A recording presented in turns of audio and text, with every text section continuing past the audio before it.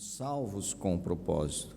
Qual é o propósito último das nossas vidas? Ou qual é o propósito final das nossas vidas? Há duas coisas que eu queria falar hoje: o propósito das nossas vidas e aquilo que representa hoje, no mundo de hoje, o desvio desse propósito. Duas coisas que acontecem: Deus tem um propósito, e quando eu estou fora deste propósito, eu caio no outro extremo. Queria, para refletir sobre isso, ir com os irmãos para a carta de Paulo aos Efésios, no capítulo 1. No capítulo 1, ele vai falar 3 vezes sobre o propósito, vai mencionar 3 vezes sobre o propósito das nossas vidas, da nossa história. É maravilhoso. Nós não vamos deter-nos muito aqui, mas queria que vocês acompanhassem comigo aquilo que Paulo escreveu e vamos dar ênfase a este propósito.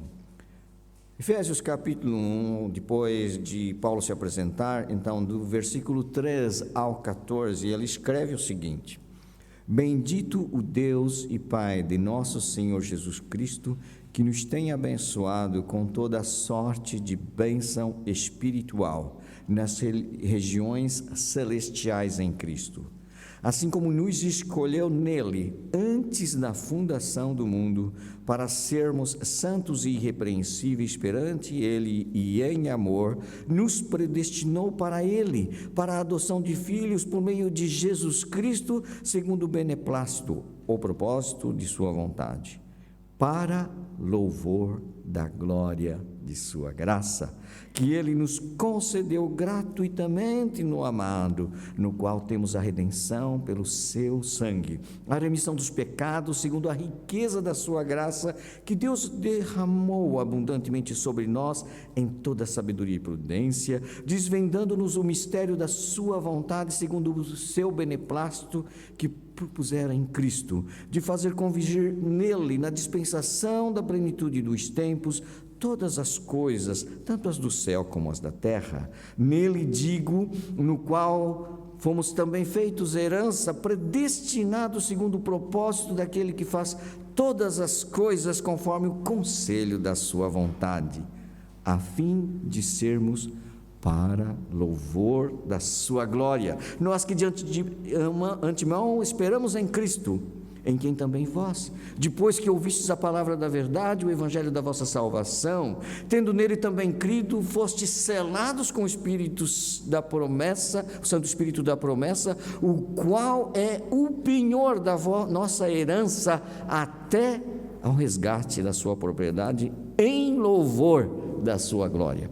Não sei se você observou, há algo em comum no versículo 6, no versículo 12 e no versículo 14. Observem só, dei uma olhada muito rápida. Começo do versículo 6 há uma expressão: para louvor da glória de sua graça. O versículo 12, a fim de sermos para o louvor da sua glória. E o versículo 14 termina com em louvor da sua glória. Observaram? Versículo 6, para louvor da glória de sua graça. Versículo 12, a fim de sermos para louvor da sua glória. E versículo 14 no final, em louvor da sua glória. O que eu posso concluir, e não vou me ater, porque aqui dava uns grandes estudos bíblicos, todo este capítulo 1 é simplesmente fantástico. Eu digo sempre que, se você não acredita na inspiração, depois de estudar o capítulo 1, você é convencido pelo Espírito Santo, que foi ele mesmo que inspirou o apóstolo Paulo a fazer esta oração de louvor, porque aqui revela que Deus, olha só aqui, o versículo 4 diz: e assim como nos escolheu nele antes da fundação do mundo. O plano de Deus começou lá atrás. Antes de um mundo ser mundo, já havia um plano. Você já tinha sido escolhido por Deus, não é? Para que você pudesse ser destinado para se tornar filho de Deus através de Jesus. E para que nós fomos salvos então? Versículo 6, para louvor da glória de sua graça. O propósito então da vida de todas as pessoas é dar glória a Deus. O pessoal da classe de casais sabe, e todos aqueles que nós preparamos para o casamento sabem, que o objetivo do casamento são duas coisas que a gente deu na escola dominical: é espelhar e espalhar a glória de Deus. Então, se você pensa em casar-se, para que você quer casar? Eu quero casar para ser feliz. Não, você quer casar como crente em Jesus para espelhar e para espalhar a glória de Deus. Esse devia ser o propósito da família e todo casal, porque assim você vai cumprindo o propósito de Deus na sua vida e no seu lar. Sabe o que vai acontecer? Você vai encontrar a plenitude, aquele estado de felicidade, porque está dentro do plano e do propósito de Deus para a sua vida. Independentemente de falar de casamento, cada um de nós que foi escolhido por Ele, lá antes da fundação do mundo, que para sermos filhos dele, santos e irrepreensíveis, é para louvor da glória de Deus, não é? Olha só, e depois ele diz que ele enviou Jesus, derramou sobre nós toda a sabedoria e prudência, versículo 8, não é?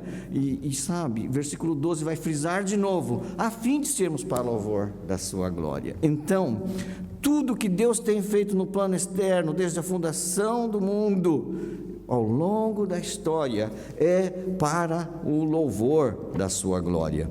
É interessante que o John Stott diz o seguinte no seu comentário sobre Efésios, não é? Porque Deus nos tornou seu povo, não é? Paulo aludiu 3 vezes ao beneplácito da sua vontade e assim por diante. Escreve que Deus nos predestinou para sermos seus filhos para o louvor da glória de sua graça, versículo 6. Que Ele nos fez a herança e nos destinou para vivermos para louvor da sua glória, versículo 12. E que um dia finalmente remirá o seu povo, que é sua propriedade ou possessão, versículo 14, final, em louvor da sua glória. Jesus, Ele veio para nos salvar, para sermos para louvor da sua glória. Eu fui predestinado, eleito para louvor da glória de Deus. Eu sou salvo para viver para a glória de Deus, e um dia Ele vai vir nos resgatar em louvor da sua glória. Ou seja, a nossa vida tem um propósito, mas sabe, quando nós nos desviamos deste propósito, sabe o que acontece? O que acontece é o que acontece no mundo que não reconhece e não dá glória a Deus. Se você for, por exemplo, para a carta de Paulo aos Romanos, e você vai ver no capítulo 1, no verso 21, vai dizer que quando nós não vivemos para a glória de Deus, para a sua adoração, acontece algo extremamente grave conosco.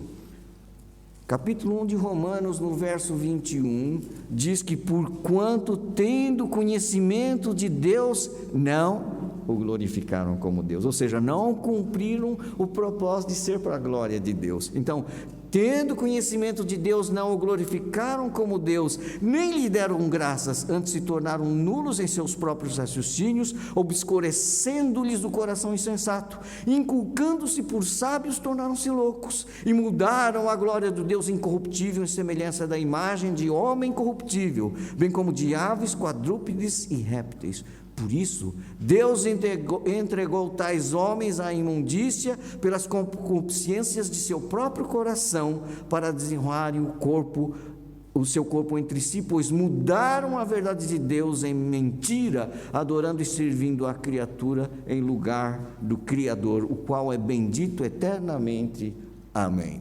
Pastor, por que o pastor leu Romanos depois de Efésios? Porque Efésios mostra que o propósito para o qual Deus nos predestinou, nos salvou e nos levará para seu reino eterno é para louvor da sua glória. Mas o capítulo 1 diz um grande desvio que o pecado trouxe, porque tendo conhecimento de Deus, os homens não glorificaram como Deus. E é por isso que o juízo de Deus veio sobre o homem, ele os entregou à corrupção, não é? Por quê? Versículos 25, pois eles mudaram a verdade de Deus em mentira, adorando e servindo a criatura em lugar do Criador. Sabe o que em outra palavra isso significa? quando nós não cumprimos o propósito de Deus para a nossa vida, de vivermos e sermos para louvor da sua glória, nós nos tornamos idólatras. É isso, idólatras, é isso que nos tornamos.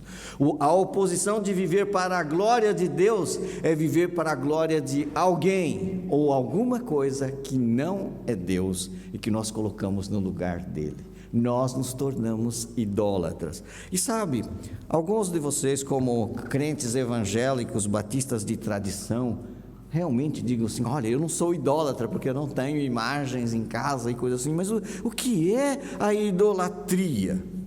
Sabe que Deus criou o homem com uma natureza para adoração.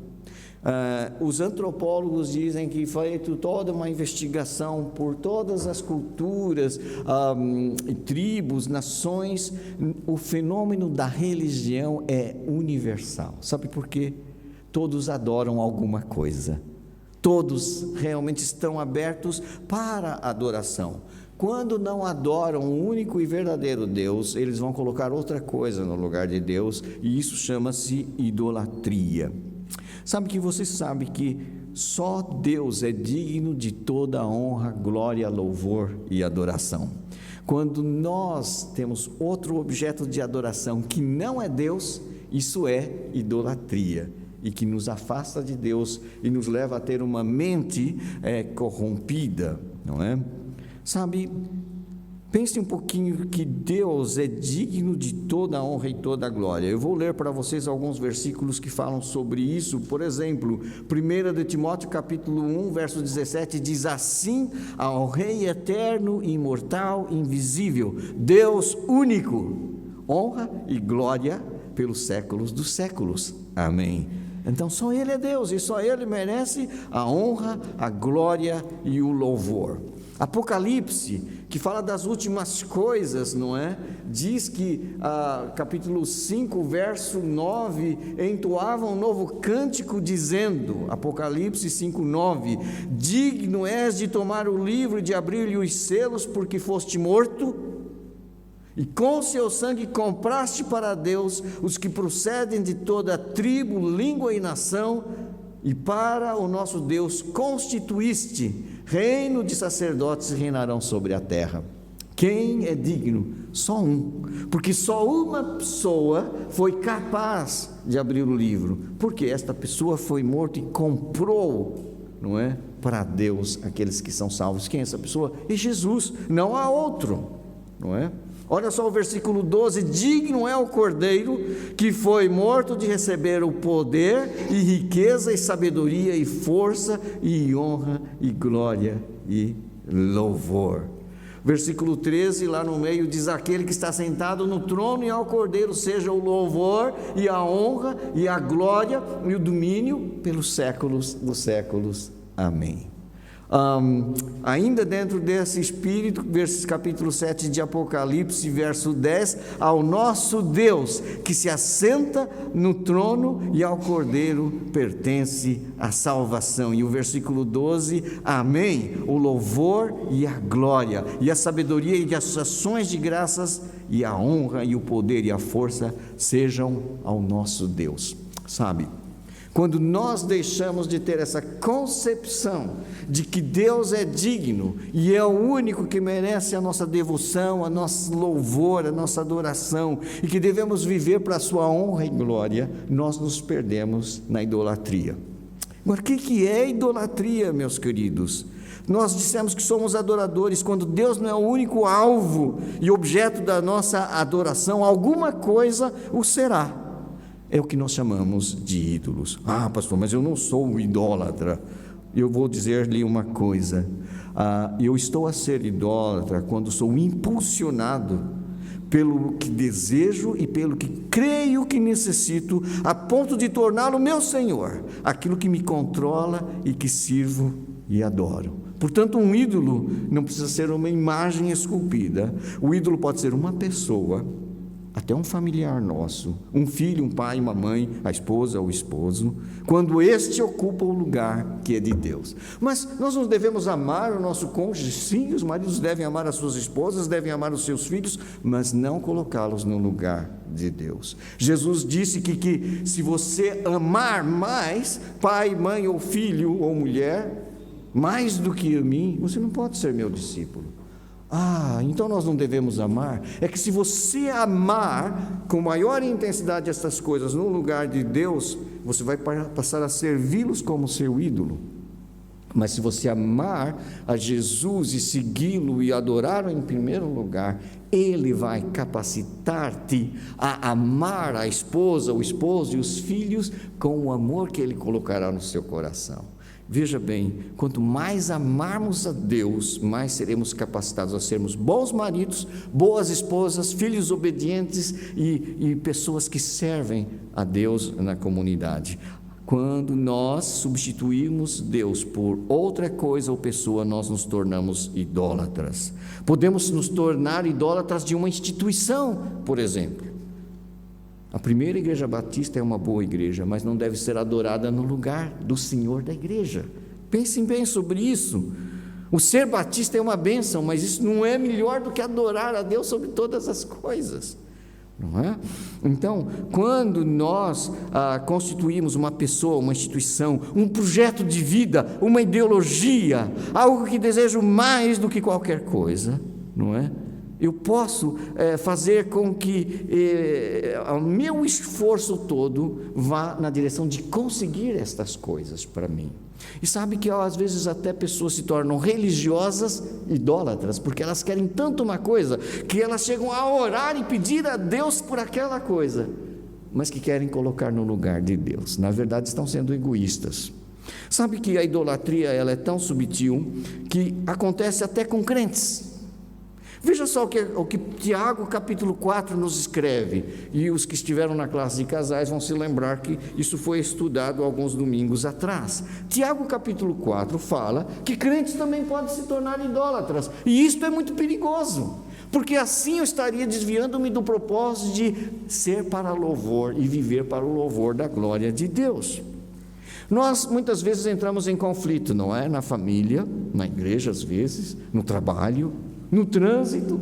Agora, veja só, capítulo 4 de Tiago, versículo 1 diz: de onde procedem guerras e contendas que há entre vós?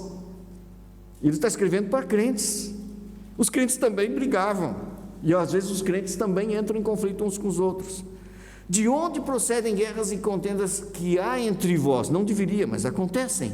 De onde, senão dos prazeres que militam na vossa carne? E às vezes nós entramos em conflito, e o conflito é causado por nossa inclinação para aquilo que é egoístico, é uma coisa egoística e que dá prazer. Cobiçais, nada tendes, matais e invejais e nada podeis obter, viver a lutar e a fazer guerra, nada tendes, porque não pedis. Mas aquele diz assim: mas eu sou crente, então eu oro e eu peço. E ele diz: pedis e não recebeis, porque pedis mal, para esbanjardes em vossos prazeres. Às vezes queremos uma coisa, meus queridos, queremos uma coisa que é legítimo. Queremos um cargo no emprego, uma promoção. Nós queremos encontrar o nosso príncipe encantado, o nosso futuro cônjuge, a nossa futura esposa. Colocamos todas as nossas fichas e todos os nossos esforços para isso. Vamos a todos os lugares para ver se encontramos, nos dispomos para ver se nos encontramos. Mas será que esse tipo de desejo, que é legítimo, não acabou a se tornar um ídolo e um projeto de vida, o objetivo último para o qual eu estou a viver? E aí desvio-me do propósito de Deus, que é ser para louvor da sua glória. Muitos querem conseguir títulos acadêmicos, e isso é uma bênção. Nós devemos, eu estimulo sempre, encorajo os jovens a estudarem. E fico muito feliz quando os jovens conseguem a sua graduação, sua pós-graduação, seu mestrado, e vão para o seu doutoramento, e cheguem a ter uma grande carreira. Mas isso não pode se tornar um ídolo. Ele não está no lugar de Deus. O seu êxito e o seu sucesso, ser celebridade, não pode ser o objetivo da sua vida. porque isso é puxar para si a glória que só é devida a Deus, e quando a glória não é direcionada a Deus, ela se torna vã, inútil, vã glória, daí vem esta palavra. E sabe o que Tiago está escrevendo? Que até crentes que fazem oração, mas o objetivo não é a comunhão e a adoração a Deus, mas é obter de Deus aquilo que Ele quer, que é o seu ídolo. Isso é muito subtil, que há muitas igrejas cheias de crentes idólatras, porque elas não estão adorando a Deus, elas estão querendo comprar aquilo que Deus tem poder para dar, mas aquilo que elas querem é mais do que querer a Deus e ter plena satisfação nele. Meus queridos, isso é muito subtil, mas é muito perigoso também.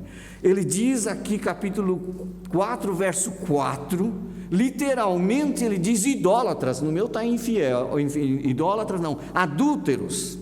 No meu está infiel, mas o original é adúlteros. Não compreendeis que a amizade do mundo é inimiga de Deus? Aquele, pois, que quiser ser amigo do mundo, constitui-se inimigo de Deus. O apóstolo João vai escrever: não ameis o mundo e nem as coisas que há no mundo. Essas coisas vão passar, mas aquele que faz a vontade de Deus permanece eternamente. Nós já estudamos isso aqui. Sabe que quando nós nos queremos tornar amigos do mundo e viver pelos valores do mundo, nós nos colocamos em oposição a Deus. E depois versículo 5 diz: ou supondes que em vão afirma a Escritura, é com ciúme que por nós anseia o Espírito que Ele fez habitar em nós. Sabe, quando você aceitou a Jesus Cristo como Senhor e Salvador, e nós lemos em Efésios: tendo nele também crido, fostes selados com o quê? O Espírito Santo. O Espírito Santo habita o crente, e quando nós aceitamos Jesus, nós colocamos Ele no centro das nossas vidas, e é maravilhoso o Espírito Santo controlar a vida do crente. Mas quando nós começamos a nos tornar cobiçosos, nós destronamos, nós tiramos o Espírito do controle, nós assumimos nós o controle, e sabe o que acontece? O nosso coração começa a se tornar um coração infiel e adúltero no nosso relacionamento com Deus, e ele diz que é com ciúme, ou com esse zelo, que por nós anseia o Espírito que Ele fez habitar entre nós.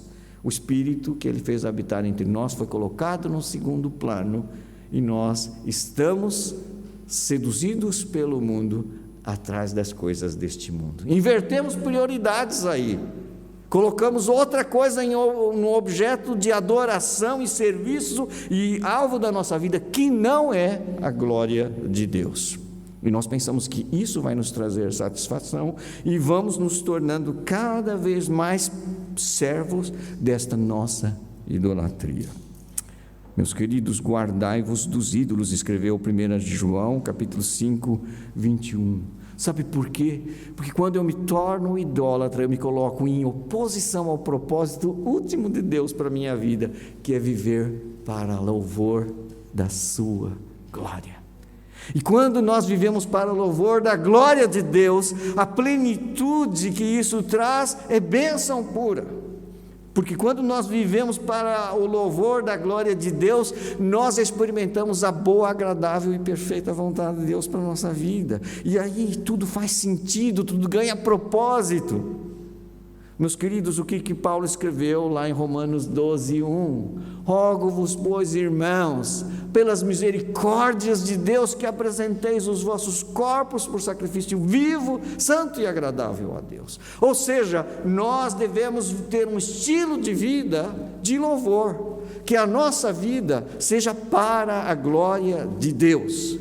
Você pode ter coisas boas na vida, você pode ter um belo casamento, uma bela família, uma bela casa, uma bela carreira, mas isso não deve ser objeto da sua adoração, deve ser a forma de você espelhar e espalhar a glória de Deus.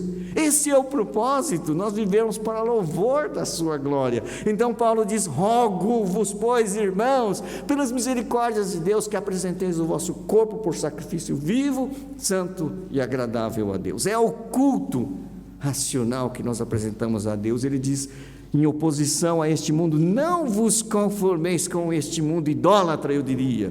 E é idólatra. Não vos conformeis, não tomem a forma do mundo, mas transformai-vos pela renovação da vossa mente. Aquilo que você pensa, aquilo que você anela. Renovação da mente é ver as coisas da perspectiva de Deus e não do homem. Cogitar das coisas de Deus, não da do homem.